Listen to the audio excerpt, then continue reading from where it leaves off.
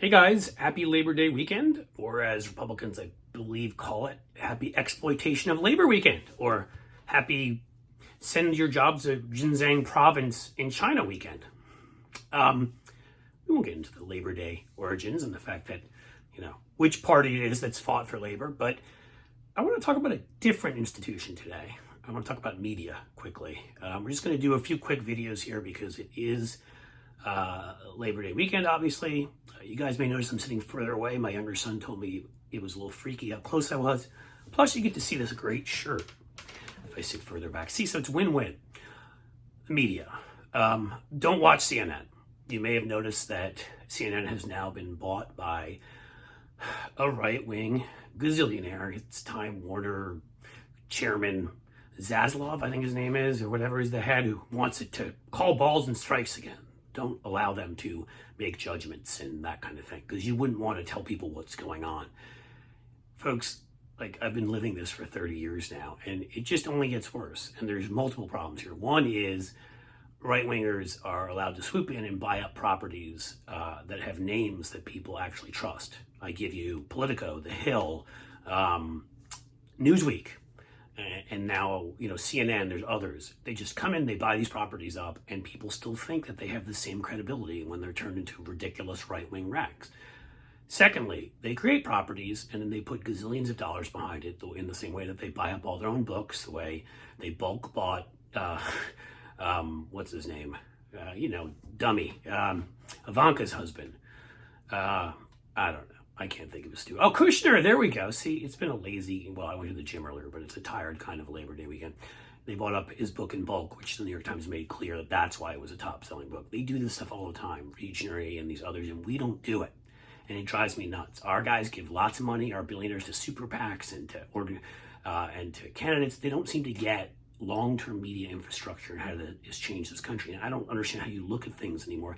You look at Fox News, created in the 80s and really sort of launched in I think around 96, and how it's damaged our society, and Salem Radio and these sort of conglomerates, of right-wing media, and don't get that between right-wing media and they're buying up a lot of mainstream media, how that puts us in the position we're in. CNN just fired John Harwood, which just got me so pissed, because he has been one of the absolute best. They fired him right after he pointed out that Joe Biden's speech was not political. It was, in fact, an honest take on a group of people that lie about what happened in our election, the same kind of stab in the back lie that led to Hitler rising in Germany. We didn't really lose World War I, we were betrayed. We didn't really lose the election, we're being betrayed, and it's being stolen from us, and have encouraged violence, and that what Biden was saying about MAGA Republicans was right. John Harwood had his walking papers from CNN, this longtime pro, within an hour or two. They got rid of Brian Stelter, they're going to get rid of other people. Don't watch CNN anymore. I don't watch cable at all. I think you should watch alternative, you should watch YouTube shows like this, and my friends at Ring of Fire and other friends like that. But, if you're going to watch MSNBC, because CNN's about to become a garbage heap. On ABC this morning, Martha Raddatz asked Keisha Bottoms, former mayor of Atlanta, a whole different place than Alaska. I've had that on the mind because of Ms. Palin. And now she's working with the Biden administration of whether Biden had declared war on the right. Really? He made very specific who it was, what they were doing. That was a problem, but he's declared war.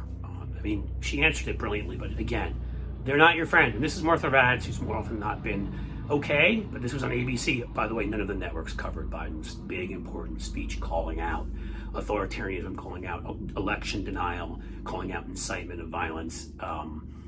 And so ABC, NBC, CBS, that wasn't worthy of coverage. They had important sort of things like, deal or no deal to show, I'm sure.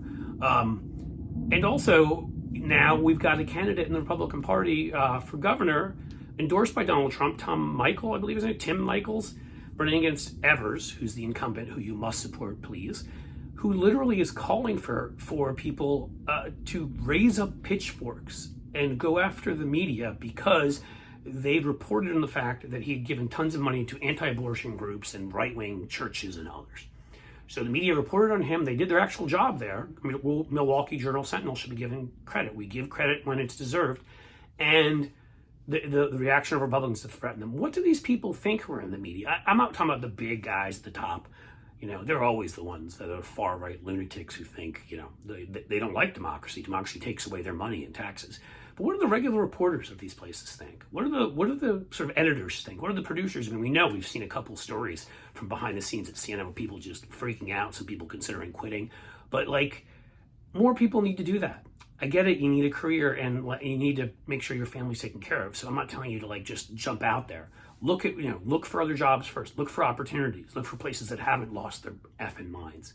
But, CNN is now the enemy of democracy. And I don't say that in a Donald Trump kind of way. Don't go after them. Don't threaten them. Don't do anything to them. We're a democracy and we handle things with how we talk and we handle things with how we vote. But don't trust them. Don't listen to them. Don't watch them.